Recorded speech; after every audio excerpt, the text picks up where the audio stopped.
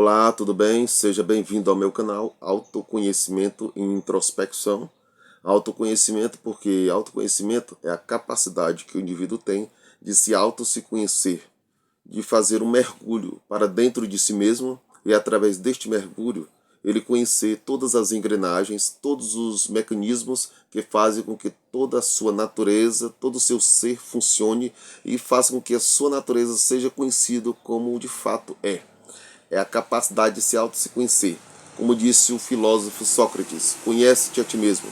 E também nas palavras do apóstolo Paulo, em 1 Coríntios capítulo 11, versículo 28. Examine-se, pois, o homem a si mesmo. E introspecção é o ato pelo qual o sujeito observa os conteúdos de seus próprios estados mentais e toma consciência deles. Pois bem, mais uma vez seja bem-vindo. Você que já é inscrito aqui no meu canal, não se esqueça de comentar, de curtir. E você que ainda não é inscrito, aproveite-se para se inscrever. E não esqueça de ativar o sininho de notificações, porque é ele que vai lembrar você sobre cada vídeo novo que eu postar aqui no meu canal. Pois bem, vamos lá.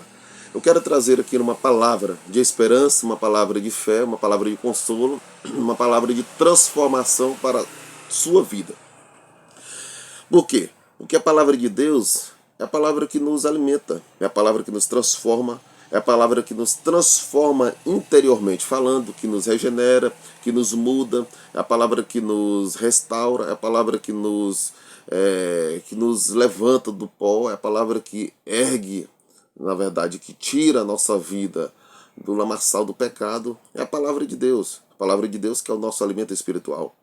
Quando Cristo ali na tentação no deserto, rebatendo Satanás, ele citou o Antigo Testamento, em Mateus capítulo 4, quando ele disse que não só de pão viverá o homem, mas de toda palavra que sai da boca de Deus. Então a palavra de Deus é vida para todos nós. A palavra de Deus que nos traz esperança, a palavra de Deus que nos traz paz, alegria verdadeira e consolo para a nossa alma, que muitas vezes fica aflita pelas agruras da vida, pelos percalços, pelas tribulações e por todos os sofrimentos, todas as situações que passamos. Muitas vezes nossa alma se abate, muitas vezes nosso espírito, né, ele se abate, fica triste, enfim. Mas a palavra de Deus, ela veio para nos restaurar, para nos transformar, para mudar a nossa vida, mudar a nossa sorte e nos colocar de volta aos trilhos da vida. Na verdade, nos colocar de volta ao caminho da vida, ao caminho da paz, ao caminho do amor, ao caminho da esperança que é Jesus Cristo de Nazaré.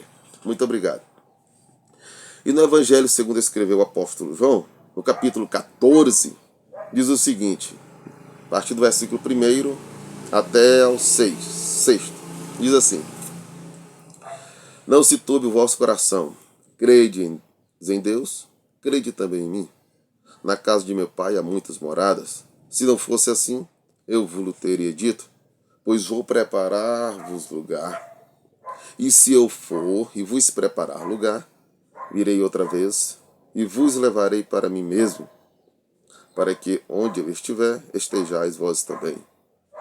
Mesmo vós sabeis para onde vou e conheceis o caminho. Disse-lhe Tomé: Senhor, nós não sabemos para onde vais. E como podemos saber o caminho? Disse-lhe Jesus: Eu sou o caminho, eu sou a verdade, eu sou a vida. Você acabou de ler junto comigo, ouvir aqui, a leitura desses 6 versículos do Evangelho de João, capítulo 14, do 1 ao 6. Jesus já vem aqui, se você for folhear a Bíblia, no capítulo 13, no versículo 31, Jesus já vem dando instruções aos discípulos.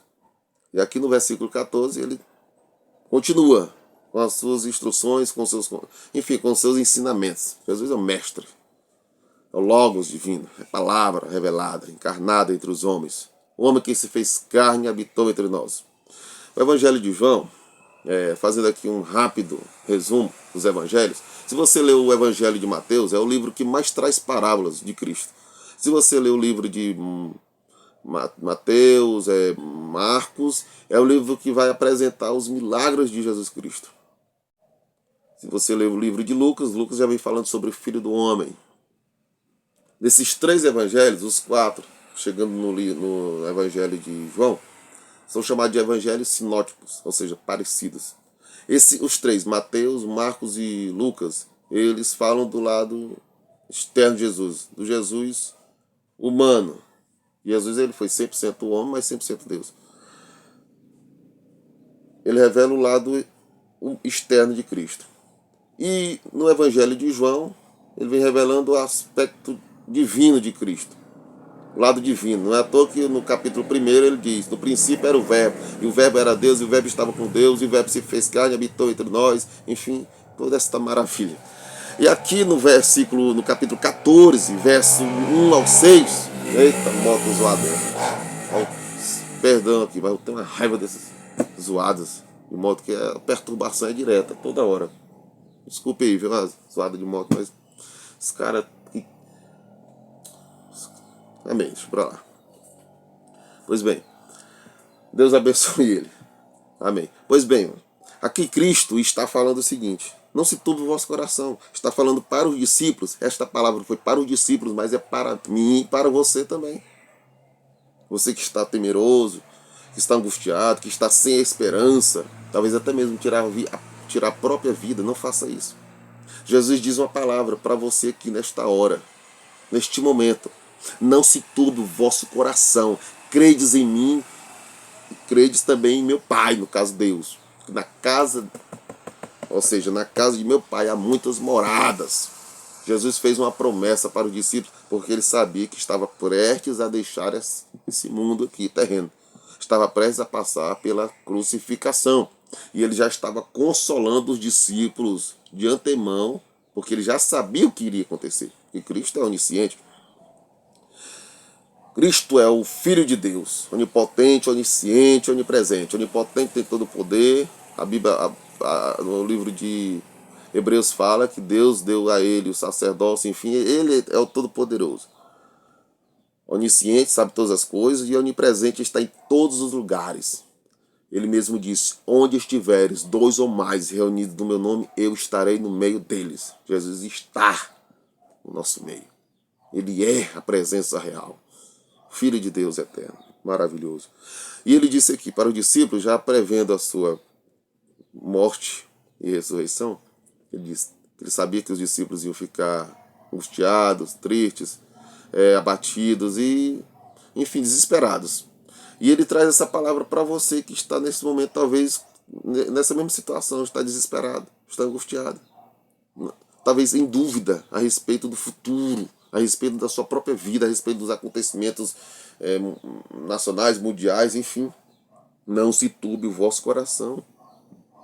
Credes em Deus, credes também em mim. Jesus disse: na casa de meu Pai há muitas moradas. Se não fosse assim, eu não vos teria dito. Eu sou a porta, eu sou o caminho, eu sou a verdade, eu sou a vida, disse ele. Você que está aí, neste momento, me ouvindo, entrega o teu caminho ao Senhor, confia nele e o mais ele fará. A esperança, a solução para a tua vida, a solução.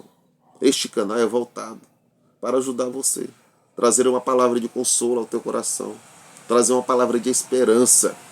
Você que está no caminho errado, que está no caminho turbulento, de trevas, que está, que se encontra nesse momento aí, só você sabe a alma, o vale que você está passando.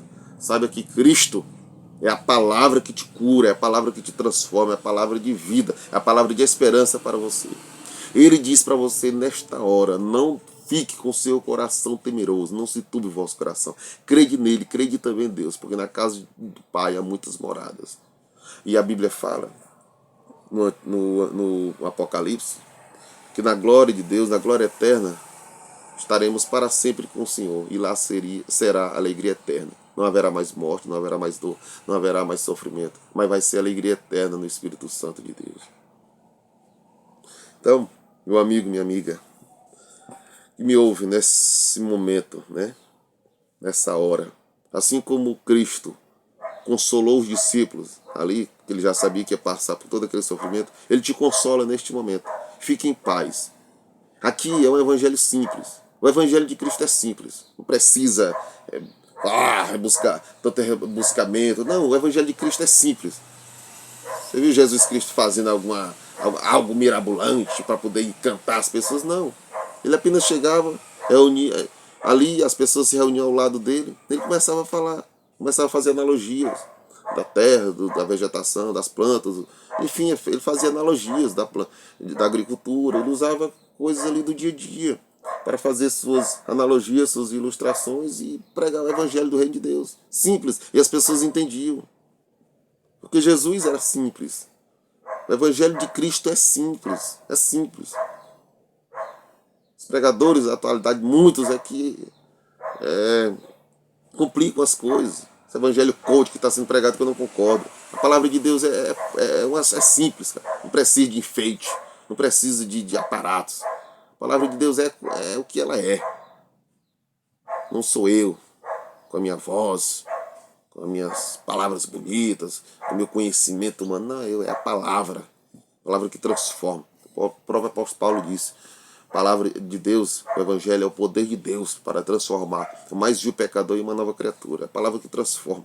Não sou eu, não é placa de igreja, não é pastor, não é padre, é a palavra de Deus, é o evangelho que muda a minha, que muda a tua, que muda a nossa vida. Desde quando, de fato, abrimos o nosso coração para Deus e deixamos o evangelho entrar, transformar a nossa vida, transformar a nossa casa, transformar a nossa morada, a nossa casa, o nosso coração.